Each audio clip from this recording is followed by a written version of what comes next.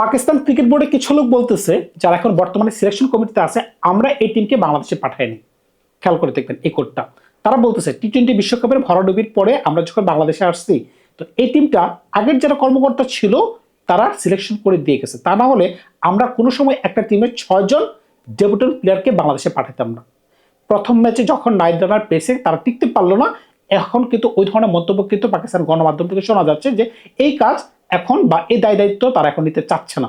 এই পাকিস্তান টিম যে বাজে খেলবে তারা এটা আগে জানতো, কারণ কি 6 জন প্লেয়ারকে নিয়ে কোনোভাবে একটা নতুন টিম কিনে বাংলাদেশে আসা উচিত হয়নি। আপনি শাহিন আফ্রিদির কথা শুনলে আরো চমকে যাবেন। যখন টস হয়েছিল, টসের সময় আমাদের ক্যাপ্টেন মেহেদী হাসান মিরাজ স্পষ্ট ভাষায় বলে দিয়েছিলেন যে এই মাঠে ডিউ পড়বে, ভারী ডিউ পড়বে। এই কারণে আমরা যেহেতু টস জয়লাভ করছি, আমরা আগে বোলিং করব, কারণ যেন আমাদের বলটা শুকনো আমরা পাই, আমরা পরে ব্যাটিং করব। ভিজা বল আপনাদেরকে দিয়ে দিলাম। কিন্তু শাহিন আফ্রিদি কি বলতেছেন, ভাই আমাদের দলে 4 জন ডেপুটেন্ট প্লেয়ার আছে, আমরা কোনো ধরনের রিস্ক নিতে চাইছি না, আমরা আগেই ব্যাটিং করবো। আমি যদি টস জিততাম তাহলে আমি আগে ব্যাটিং করার সিদ্ধান্ত নিতাম। খেয়াল করে দেখেন ওনার সিদ্ধান্ত কত বড় ভুল হইতে পারে। আপনি যখন আবরার আহমেদ বল করতে আসলেন, গত দিনের ম্যাচটা যদি আপনি খেয়াল করে দেখেন, সম্ভবত 35 ওভারের মাঝখানে খেলাটি শেষ হয়ে গেছে। এমনকি আবরার আহমেদ যখন বল করতে আসলেন, প্রথম ওভার করার পরে কিন্তু তিনি বল পরিষ্কার করতেছেন, মানে টাওয়াল দিয়ে মুছতেছেন, কারণ কি মাঠে তখনই বিরাট ডিউ পড়ে গেছে। ধরে নেন পাকিস্তান 50 ওভার ব্যাটিং করলো। 50 ওভার ব্যাটিং করার পরে ইফতারে যদি 40 মিনিট একটা ব্রেক পাওয়া যেত, এরপরে যখন বাংলাদেশ ব্যাটিং করতে আসতো, 2-4-5 ওভার যাওয়ার পরে কিন্তু বলটা একবারে ভিজে যেত, কারণ কি আরো 2 ঘন্টা পরে কিন্তু বাংলাদেশে ব্যাটিং শুরু হইতো। ওই রকম অবস্থায় পাকিস্তানকে কোনোভাবে জয়লাভ করতে পারতো। ধরেন পাকিস্তান 250 বা 260 রান বা 270 রান নিল, কারণ এটা তো এই মাঠের একটা অ্যাভারেজ রান। আপনি তো 300-র উপর রান তো করতে পারবেন না। করলে করতে পারবেন খুব আহামরি ভাবে যে আপনি গ্যারান্টি দিয়ে বলতে পারবেন সেরকম বলার কোনো সুযোগ নেই। কারণ কি এখানে 121টা ম্যাচের মাঝখানে গতকাল 122টা ম্যাচ হয়েছে, এই পর্যন্ত 13বার 300-র উপর রান হয়েছে, এমনকি 200-র নিচে রান হয়েছিল। গতকালের রেকর্ড পর্যন্ত 33 বার, গতকালের স্ট্যাটস 34 বার হয়ে গেছে।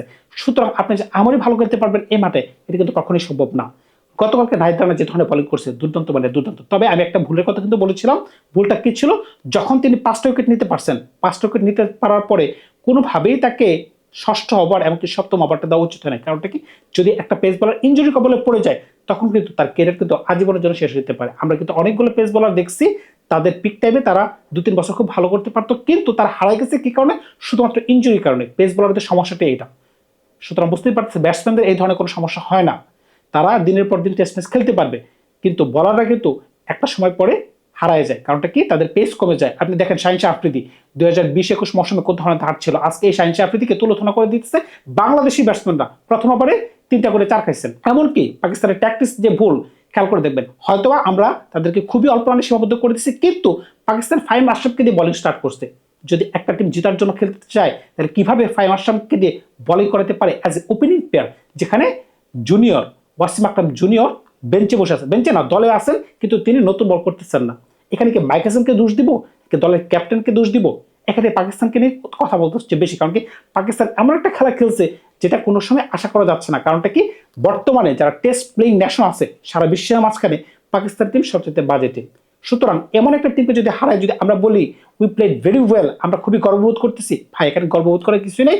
পাকিস্তান কিন্তু অলরেডি বলতেছে যে আমরা যে একটা টিম পাঠাইছি, আমরা বি ক্যাটাগরি টিম পাঠাইছি। কারণটা কি, এখানে বাবর আজম নাই, এখানে ফাকার জামান নাই, এখানে শাদাব খান নাই, এখানে মোহাম্মদ নওয়াজ নাই।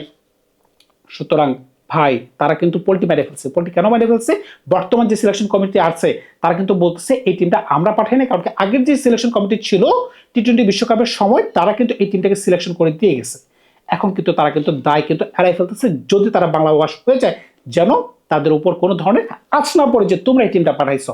এখন বাংলাদেশে কিন্তু ভালো খেলতে হবে। আপনি একদিন ভালো খেললেন, পরের দিন আপনি হেরে গেলেন, সেটা কিন্তু কোনোভাবে কাম্য না।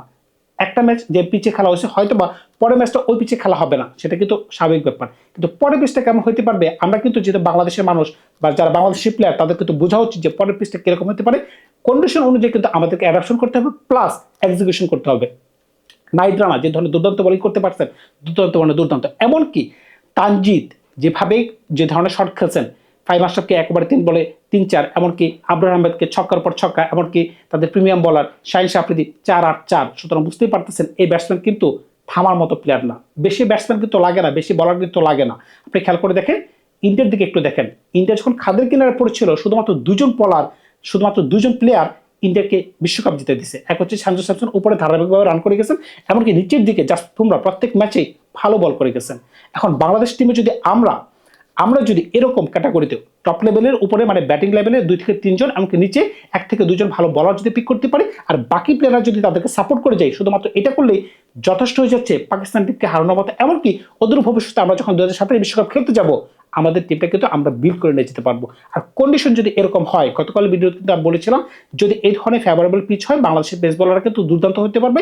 কারণটা কি, বাংলাদেশের পেস বোলাররা যে ধরনের পেস বল করতে পারতেছে, প্লাস তাদের কাছে যে ধরনের পেস আছে, আপনি নাইট রানা বলেন, এমনকি তাসকিন বলেন, তাসকিনের কাছেও কিন্তু ভালো পেস আছে 140+, কিন্তু ওই তুলনায় কিন্তু পাকিস্তানি পেস বোলারের কাছে কিন্তু ওই ধরনের পেস নেই।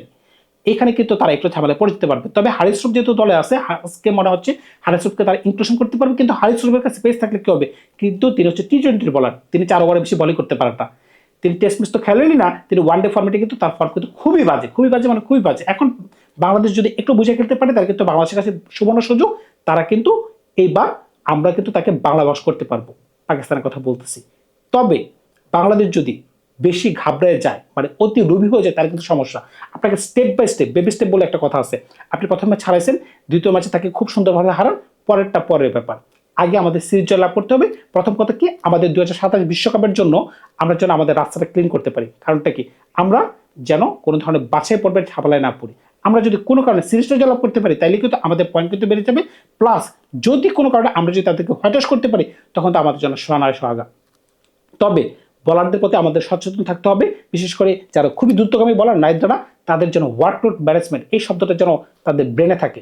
গতকালকে তিনি যে একটা ভুল করছেন, এক কথা বারবার বলা লাগতেছে, আমি তো অবাক হয়ে গেছি, তিনি কিভাবে এত দ্রুতগামী বলার, যে বলার 148 গতিতে বল করতে পারতেছেন, তিনি কিভাবে টানা 7 ওভার করলেন। বাংলাদেশের মতো কন্ডিশনে, হট অ্যান্ড হিউমেন এরকম কন্ডিশনে কিন্তু হ্যাঁ আপনি উইকেট পাচ্ছেন, আপনি খুব রিদমে আছেন, সেটা আমি মানি, কিন্তু বিপদ কিন্তু আসতে মাত্র সেকেন্ডের ব্যাপার। সেটা কিন্তু আপনাকে সবসময় মাথায় রাখতে হবে। অ্যাজ এ ক্যাপ্টেন মেহেদী হাসান মিরাজের উচিত ছিল, ভাই তুই থাম, 5 উইকেট নিছস, এখন তুই কোলকাম অবস্থায় থাক, আর উইকেট নেওয়ার এখন প্রয়োজন নেই। হ্যাঁ তুই নিস, আমরা এখন বোলিং করতে থাকি, তুই একটু পরে আয়। কিন্তু ক্যাপ্টেন থেকে কিন্তু এই ধরনের কথা আমরা শুনি নাই। অন্য প্রান্ত থেকে কিন্তু তিনি আরো 2টা ওভার করছেন, এটা কিন্তু হাই রিস্ক হয়ে গেছে। এখন আমাদের দল কি কোনো ধরনের পরিবর্তন আসবে? মোটেই না। কারণ কি, আমরা যেভাবে প্রথম ম্যাচে তাদেরকে হারাইছি, তাদের দলে অন্তত আমাদের দল কোনো ধরনের পরিবর্তন আমরা দ্বিতীয় ম্যাচে আশা করতে পারতেছি না। সেম ইলেভেন নিয়ে আমরা নামবো, হয়তো বা পাকিস্তান দলের কোনো ধরনের পরিবর্তন আসতে পারে, হারিস রুফ দলে ঢুকতে পারবেন, তবে কার জায়গায় ঢুকবেন সেটা আমি বলতে পারতেছি না। উপরে ব্যাটিং অর্ডারে তেমন ধরনের পরিবর্তন আমি আশা করতে পারতেছি না, কারণ কি পাকিস্তান দল তো ওই ধরনের কোনো প্লেয়ার আনেই নেই, বা তাদের দলেই নেই। আপনি সর্বোচ্চ আনলে কাদেরকে আনতে পারতেন? বাবর আজম বিশ্বকাপের ফ্লপ, ফাকার জামান বিশ্বকাপের লাস্ট ম্যাচ একটু ভালো করতে পারছেন, তবে ফারহান এক্সট্রা অর্ডিনারি একটা ট্যালেন্ট হতে পারে। গতকালকে তিনি যে একটা অফসাইডে বল আউট হয়েছেন, এর আগের বল কিন্তু তিনি 4 মারছেন।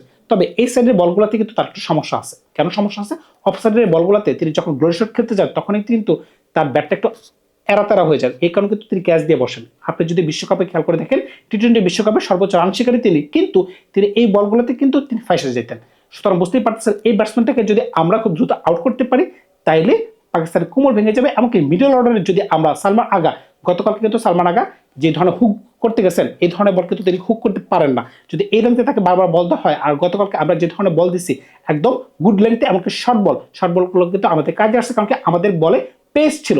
সেম ট্যাকটিক্স কিন্তু পাকিস্তান ফলো করতে গেছে, কিন্তু পাকিস্তানের বল কোনো কাজে আসে না, কারণ কি পাকিস্তানের বলে পেস ছিল না।